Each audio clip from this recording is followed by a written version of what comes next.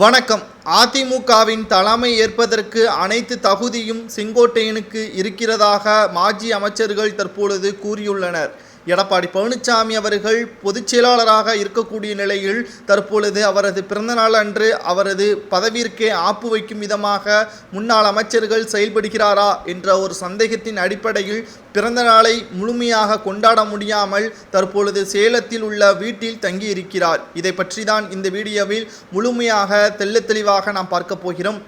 நடந்து முடிந்த மக்களவை தேர்தலுக்கு பிறகு அதிமுகவில் எடப்பாடி பழனிசாமி அவர்களது செயல்பாடுகள் ஒவ்வொன்றும் அதிமுகவின் நிர்வாகிகளையும் தொண்டர்களையும் அவமானப்படுத்தும் விதமாகத்தான் அமைந்திருக்கிறது. குறிப்பாக இன்று எடப்பாடி பழனிசாமி அவர்களது பிறந்தநாள் அன்று ஏற்கனவே திட்டமிட்டபடி சிறப்பாக செயல்பட வேண்டும் என்று எடப்பாடி பழனிசாமி அவர்கள் உத்தரவுகளையும் பிறப்பித்தார். ஆனால் இன்று அதிமுகவின் அலுவலகத்தில் வெறிச்சோடி காணப்பட்டு வருவதாகவும் சில எடப்பாடி பழனிசாமியின் ஆதரவாளர்கள் மட்டும்தான் பரிசுகளையும் மற்றும் ஸ்வீட்களையும் வழங்கி வருவதாக தகவல்கள் வெளியாகியிருக்கிறது. ஆனால் மறுபக்கம் முழுமையாக அதிமுகவை கைப்பற்றுவதற்கான ஏற்பாடுகளை செங்கோட்டையன் மற்றும் முன்னாள் அமைச்சர்கள் ஏற்பாடுகளை செய்து வருகிறார்கள். காரணம், அன்று சசிகலா அவர்கள் எடப்பாடி பழனிசாமி அவர்களிடம் தலைமை பொறுப்பை கொடுக்கும் பொழுது தன்னை விட ஜூனியராக இருக்கக்கூடிய எடப்பாடி பழனிசாமி அவர்களுக்கு கொடுப்பதால் எந்த ஒரு மனவிரக்தியும் இல்லாமல் தான் செங்கோட்டையன் அவர்கள் இருந்தார். காரணம், அதிமுகவின் தலைமை யார் வேண்டாலும் எடுக்கட்டும், ஆனால் அதிமுகவின் பயணம் ஓய்ந்து விடக்கூடாது, ஆட்சியே தக்க வைத்து கொள்ள வேண்டும் என்பதற்காகத்தான் அன்று விட்டு கொடுத்தார். ஆனால் தமிழகத்தில் அதிமுக ஆட்சியே இல்லாதபடி எடப்பாடி பழனிசாமி அவர்கள் செய்து விடுவார் என்பதுதான் தற்பொழுது அவர் நடக்கக்கூடிய நடவடிக்கைகளும் அனைத்தும் இருப்பதால் நிர்வாகிகள் மற்றும் முன்னாள் அமைச்சரான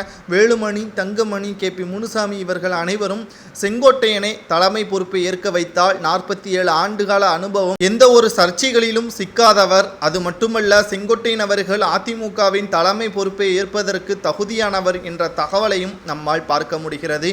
இன்று எடப்பாடி பழனிசாமியின் பிறந்தநாள் அன்று விசேஷமாக கோலாகலமாக கொண்டாடக்கூடிய நாளன்று வெறிச்சோடி அதிமுகவின் தலைமை அலுவலகம் இருப்பதாக செய்திகளையும் நம்மால் பார்க்க முடிகிறது.